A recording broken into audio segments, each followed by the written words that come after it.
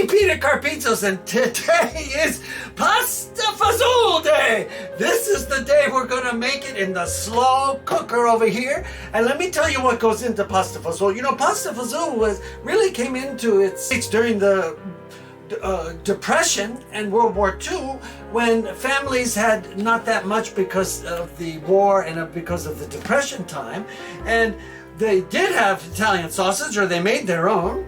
And so we have Italian sausage for this pasta fagioli. We have the Trinity, we have carrots, we have onion, we have celery, and we have our fagioli, or our beans. Here's some cannelli beans, some white wine, tomato sauce, and of course some nice chicken stock. So, and don't forget, we do have our pasta about the last half hour to 35 minutes, okay? So there we have it. Pasta Fagioli Day. Today is Pasta Fagioli Day.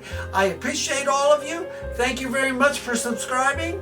And we will see you in the next videos as I go to cook Pasta Fagioli. Yay!